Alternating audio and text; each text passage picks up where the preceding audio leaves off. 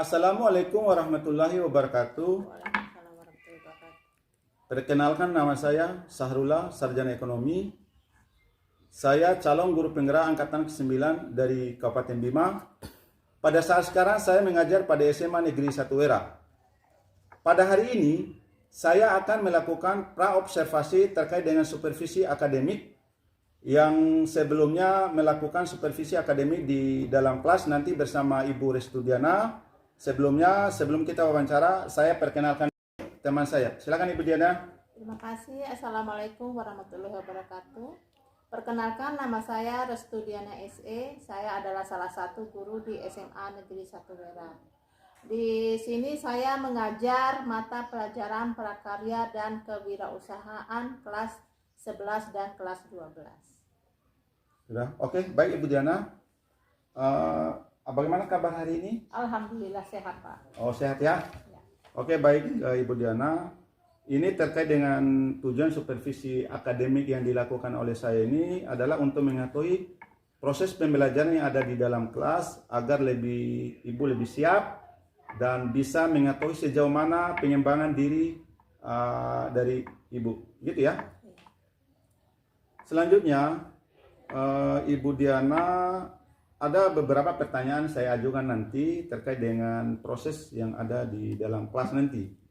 Yang pertama, apa tujuan dari pembelajaran dari RPP-nya dalam proses pembelajaran nanti? Tujuan pembelajarannya apa saja itu? Oh, ya. Baik, Pak. Di sini dalam kegiatan pembelajaran ini saya akan membahas materi tentang strategi promosi. Di mana pada materi ini ada beberapa tujuan pembelajarannya. Yang pertama yaitu di sini siswa diharapkan mampu untuk menjelaskan pengertian dari strategi promosi. Oke. Ya. Kemudian tujuan yang kedua adalah di sini siswa diharapkan dapat menjelaskan manfaat promosi kegiatan usaha kerajinan. Dan kemudian tujuan yang ketiga adalah di sini siswa juga dapat mengidentifikasi berbagai jenis strategi promosi kegiatan usaha kerajinan dari bahan limbah berbentuk bangun datar. Itu aja, Pak. Oh iya. Oh, berarti sekarang itu terkait dengan promosi ya? Iya. Oh, materinya terkait dengan promosi. Oke, baik Ibu Diana. Kira-kira area pengembangan diri yang dilakukan observasi nanti apa saja kira-kira? Area pengembangan diri ini saya rasa ada dua ya. Yang pertama adalah pengembangan pengetahuan dan kemudian yang kedua adalah pengembangan keterampilan. Di mana pengembangan pengetahuan ini nanti akan dilihat apa saja itu strategi dari promosi, kemudian manfaat-manfaat dari strategi promosi dan juga jenis-jenis dari strategi promosi itu sendiri.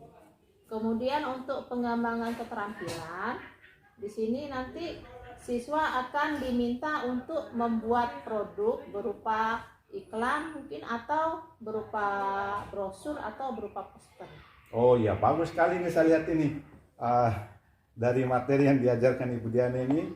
Oke, baik Ibu Diana, kira-kira rencananya dilakukan itu misalnya model pembelajarannya atau strateginya dan metode yang digunakan nanti. Kira-kira apa saja? Di sini model pembelajaran yang saya gunakan adalah PJBL ya, atau Project Based Learning. Di sini dengan strategi pembelajaran berdiferensiasi, di mana strategi pembelajaran berdiferensiasi ini dilihat dari kesiapan belajar siswa yang diintegrasikan pembelajaran sosial emosional. Ya, kemudian di mana menggunakan metode diskusi mungkin nanti ya, Bapak ya, di mana nanti di metode diskusi ini siswa akan diminta untuk mencari beberapa informasi baru baik dari buku-buku paket atau mungkin juga bisa melalui internet. Oh iya. Itu terkait dengan itu ya, model, strategi dan metode yang digunakan ya. Iya. Oke, saya lihat ini sudah bagus. Ada saya lihat dengan tadi itu ada diferensiasi dan pembelajaran sosial emosional ya. Iya. Oke. Selanjutnya, kira-kira waktu pelaksanaannya itu kapan itu? Pelaksanaannya itu tanggal 30 November, hari Kamis ya. Oh iya. Dan nanti ada jam kedua, jam ketiga. Oh iya.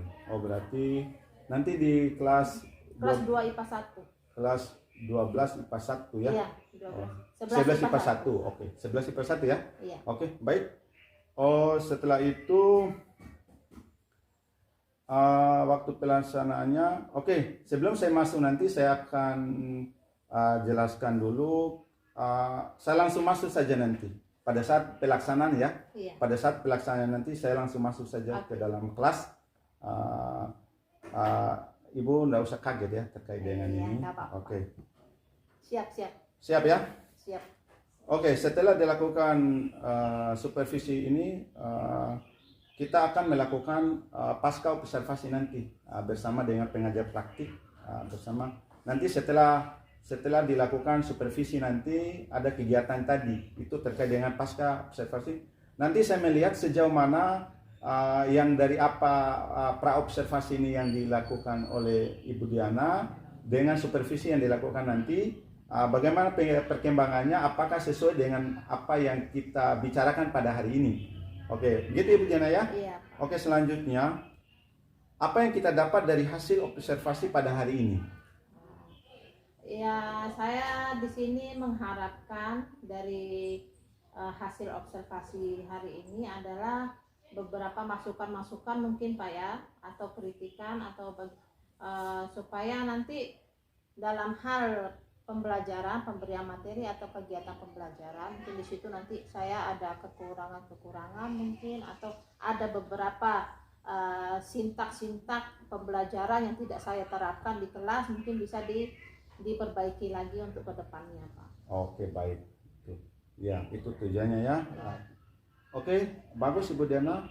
Itu yang kita harapkan dari observasi ini supaya kita mengetahui langkah-langkahnya awalnya ini. Oke. Baik, demikian observasi yang dilakukan oleh saya bersama teman saya Ibu Restu Diana. Demikian. Wassalamualaikum warahmatullahi wabarakatuh. Baik, assalamualaikum warahmatullahi wabarakatuh. Waalaikumsalam warahmatullahi wabarakatuh.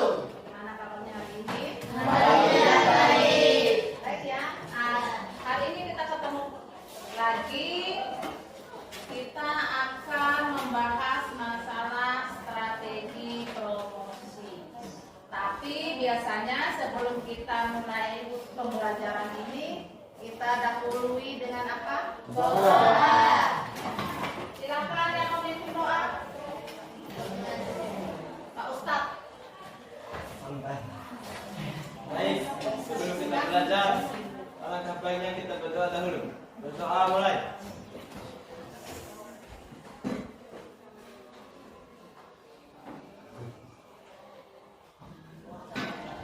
Amin. Doa selesai.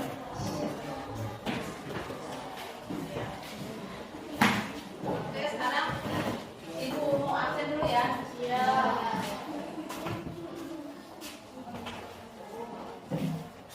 Ada yang hadir hari ini? Ada. Ada semua? Tidak. Ada yang hadir? Iya. Siapa? Iya. Siapa? Revalina, Ipang.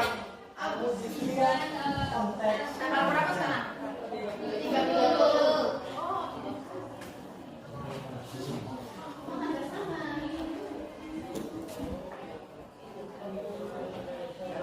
Agus Rijaldi.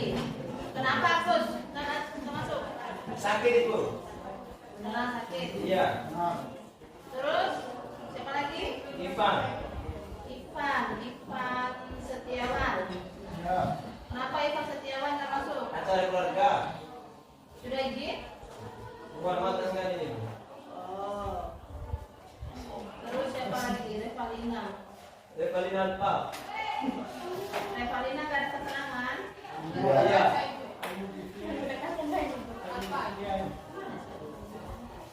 Siapa lagi? 3 orang. Alfi Media. Siti Evania. Siti Latifah. Siti Nur Latifah. Apa? Al-Mujisrian. Apa lagi? Kalau saya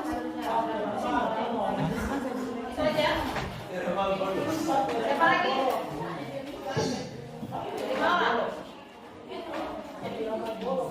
5 orang. Oh,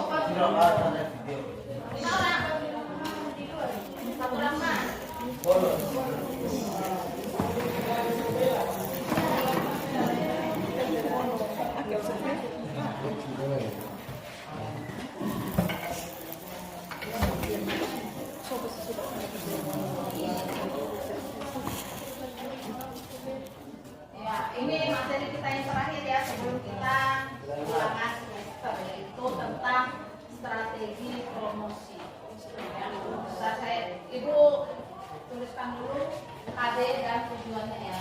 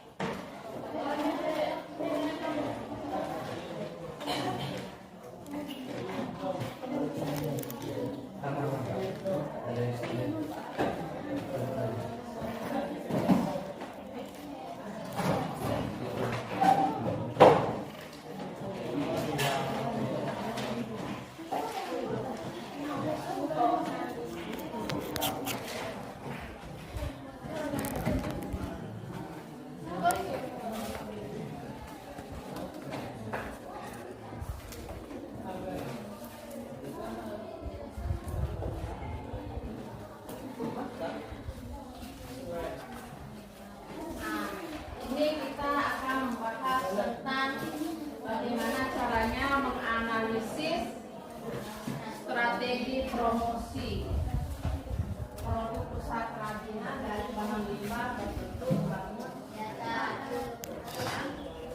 Dalam pembahasan kali ini akan ada tujuan pembelajarannya.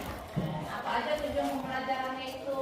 Supaya kalian dapat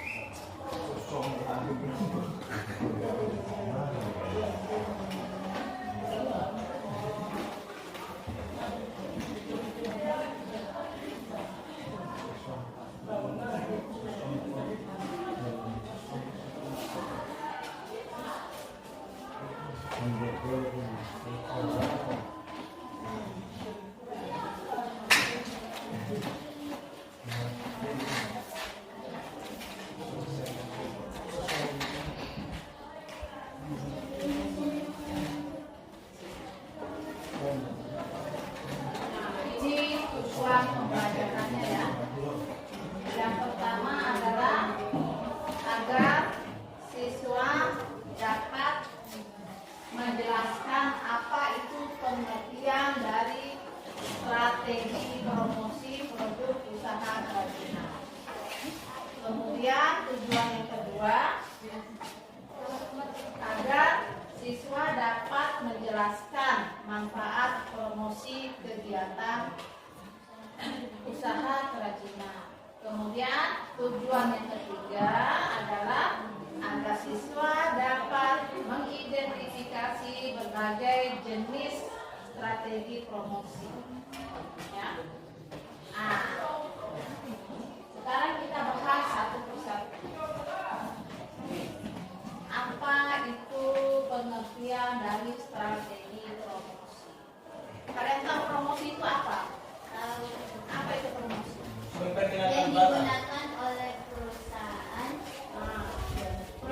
barang atau jasa secara berkesinambungan untuk memenangkan persaingan pasar secara berkesinambungan. Itu strategi ya. Nah, apa yang digunakan oleh perusahaan untuk memperkenalkan produknya kepada pasar. Pasar di sini maksudnya konsumen ya. Ya. Kemudian kalau promosi itu sendiri apa?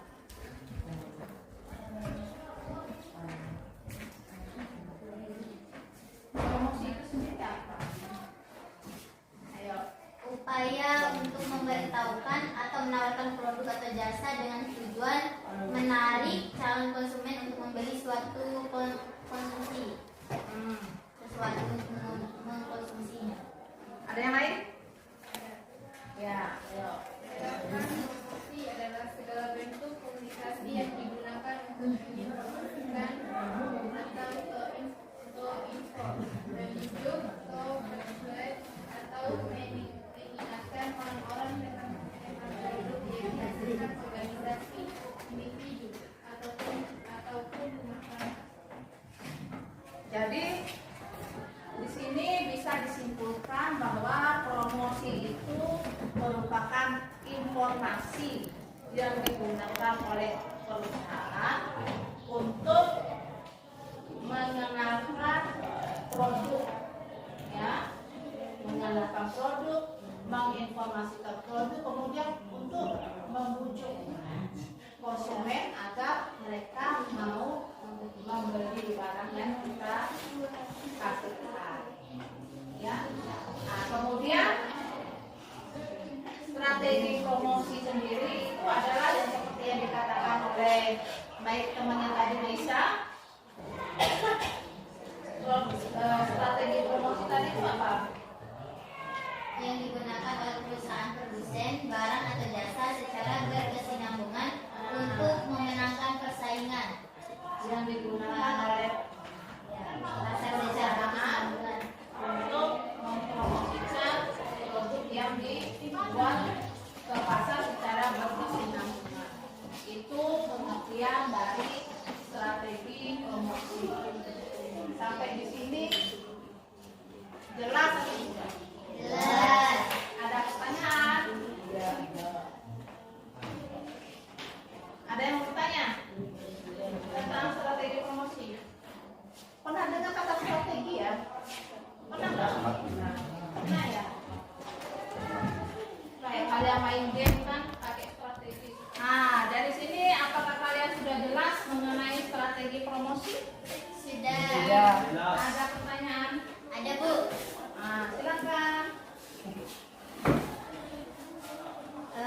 Mengkomunikasikan produk kerajinan perlu disusun strategi yang disebut dengan strategi promosi. Apa aja sih yang komponen-komponen utama strategi promosi?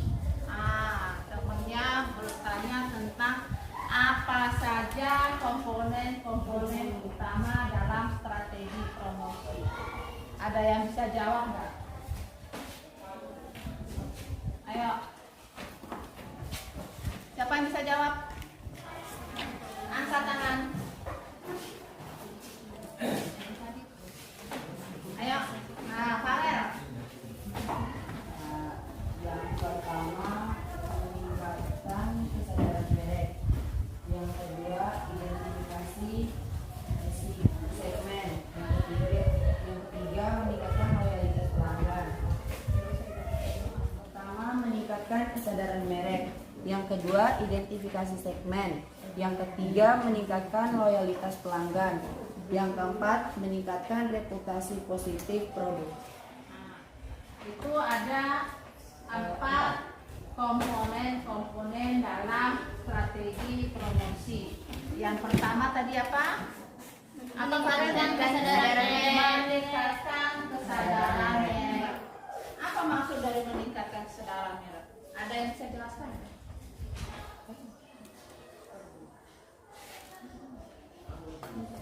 Apa itu? Meningkatkan kesadaran merek. Ayo. Siapa namanya ini? Novita.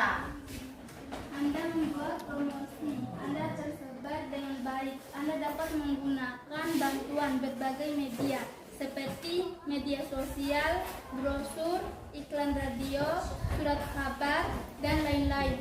Dengan menyebarkan informasi tentang produk Anda, maka akan membantu banyak orang untuk mengetahui lebih banyak tentang produk Anda dan cara melakukan pembelian.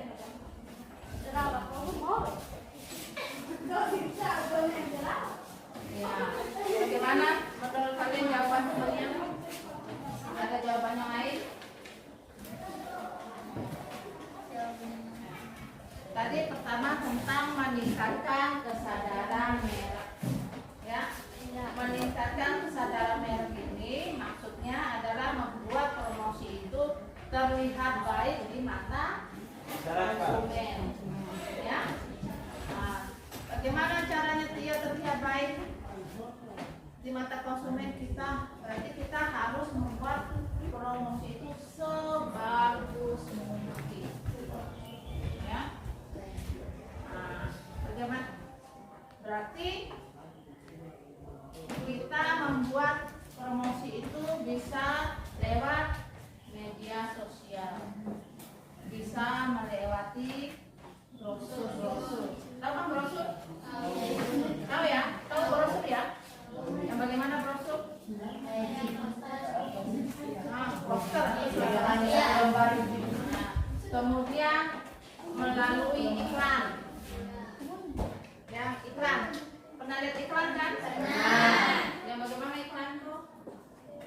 Kayak mempromosikan barang-barang. Promosikan barang-barang. Nanti kasih contoh ya caranya kalian membuat iklan ya. Iya, Ibu. Nah, kemudian apa lagi? Itu aja ya. Nah, kemudian komponen yang kedua, Identifikasi segmen. identifikasi segmen. Ada yang bisa jelaskan, Ibu? Apa itu? Nah, suaranya ya keras ya biar didengar sama teman-teman. Identifikasi segmen. Bila strategi promosi dibuat dengan tidak terstruktur dan luas, bisa berakibat strategi tidak berjalan dalam menargetkan pelanggan yang tepat. Dengan memiliki strategi promosi yang terstruktur dan dipikirkan dengan baik, dapat membantu untuk mengidentifikasi segmen konsumen yang berbeda di pasar dan menawarkan produk kepada mereka. Iya, itu namanya Identifikasi segmen. segmen. Berarti kita di sini kita pilah-pilah dulu masuknya ya. Segmen pasar mana yang akan kita masuk. Ya. Bisa ngerti nggak? Bisa. Segmen pasar. Apakah yang kita tuju konsumen yang mempunyai misalnya berjiwa bisnis atau ibu rumah tangga atau anak-anak atau mahasiswa, dipilah-pilah berarti targetnya ya.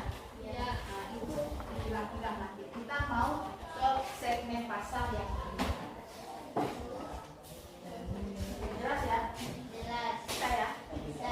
Nah, kemudian identifikasi komponen yang ketiga apa?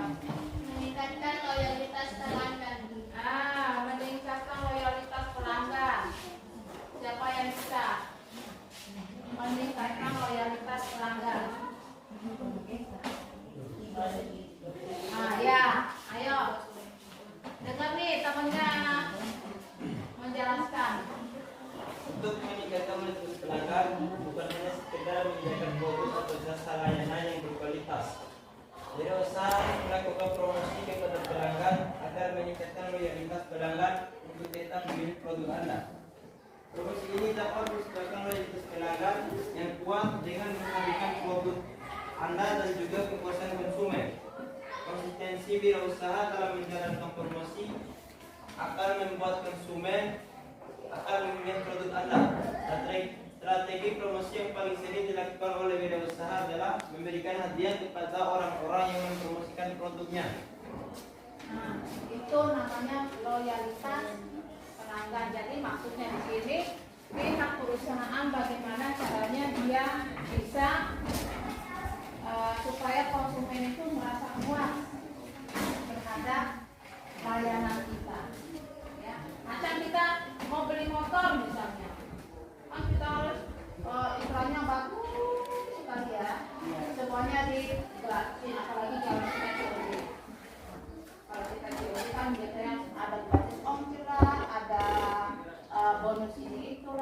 tampilkan gitu supaya menarik konsumen. Ya, nanti setelah itu nanti kita akan kasih bonus-bonus juga. Nah, itu caranya kita menarik pelanggan supaya mereka mau membeli produk yang kita promosikan. Nah, setelah ini apa lagi? Ngerti nggak ya? Ngerti ya? Ngerti ya? Iya. Nah, sekarang Ibu ada tugas untuk kalian diskusikan. Ya. Tolong dibuatkan kelompok belajar tidak biasa. Ya. Ya. Ada berapa kelompok? 4 ya? 4 atau 3? 3. Masih ada satu yang belum dijelasin. Oh, masih ada satu. Iya. Yang mana? Meningkatkan reputasi posisi produk. Oh. Maaf ya, Ibu lupa. Ya. Meningkatkan apa tadi? Meningkatkan reputasi positif produk. Positif produk. Ada yang bisa jelaskan gimana? Silakan Juwita. Meningkatkan reputasi produk. Tujuan dari semua usaha adalah menciptakan reputasi produk yang kuat dan menonjol dari pesaing mereka. Salah satu cara untuk meningkatkan reputasi produk ini adalah dengan cara melakukan promosi sehingga dapat meningkatkan citra positif merek. Tujuannya adalah supaya reputasi itu apa sih? Sesuatu yang dicapai. Sesuatu yang akan dicapai supaya produknya ini melesat. Ya? Nah, berarti citra supaya dia konsumennya. Iya, baik. Pembelajaran kita hari ini setelah kita melakukan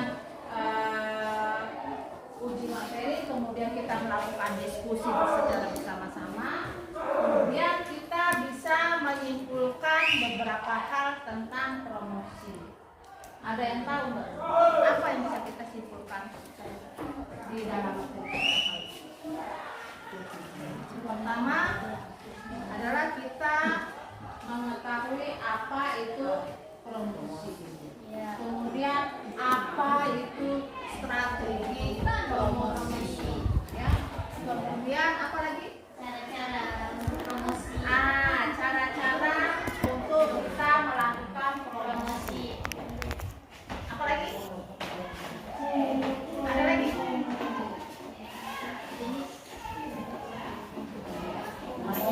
Strategi. Berarti jenis-jenis strategi promosi, jenis promosi yang sudah kita bahas tadi ya.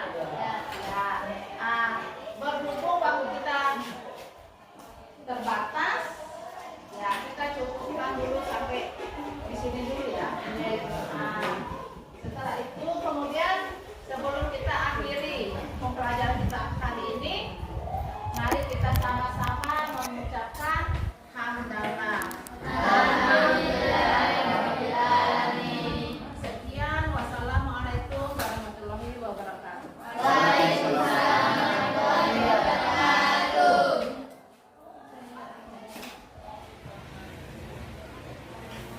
Assalamualaikum warahmatullahi wabarakatuh. Perkenalkan, nama saya Sahrullah, sarjana ekonomi. Saya calon guru penggerak angkatan ke-9 dari Kabupaten Bima. Pada saat sekarang saya mengajar pada SMA Negeri 1 Wera. Pada hari ini saya akan melakukan wawancara pasca observasi terkait dengan supervisi akademik yang dilakukan oleh teman saya di dalam kelas. Bersama hari ini ada teman saya, Ibu Restudiana, dengan Pak PP saya, pengajar praktis saya, Pak Safrudin, Magister Pendidikan.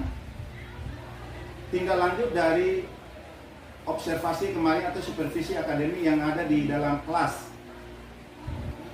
Ada beberapa pertanyaan di sini terkait dengan pasca observasi ini yang saya ajukan kepada teman saya, Ibu Restudiana. Ada beberapa, misalnya pertama, perasaan Ibu setelah menjalankan observasi di dalam kelas, gimana Bu? terima kasih Pak. Begini, kalau mengenai perasaan itu mungkin pertama awal-awalnya deg-degan ya, karena mungkin baru pertama diobservasi apalagi oleh CGP, ya adalah deg-degan sedikit. Tapi kalau setelah dilaksanakan ya menurut saya biasa-biasa aja sih, karena kan kita setiap hari tetap mengajar di kelas dan tetap menggunakan mengikuti RTP atau sintak-sintak yang ada di RTP tersebut. Oke, yang kedua selanjutnya dari apa yang kita pernah kemarin kan kita ketemu itu terkait dengan area pengembangan diri di dalam kelas yang saya sudah tanyakan. Ada dua itu, yang pertama adalah yang dijawab Ibu Diana kemarin itu pengetahuan dan keterampilan. Bagaimana pengembangan dirinya setelah dilakukan supervisi di dalam kelas? Pengembangan dirinya kalau untuk pengetahuan di situ nanti siswa sudah bisa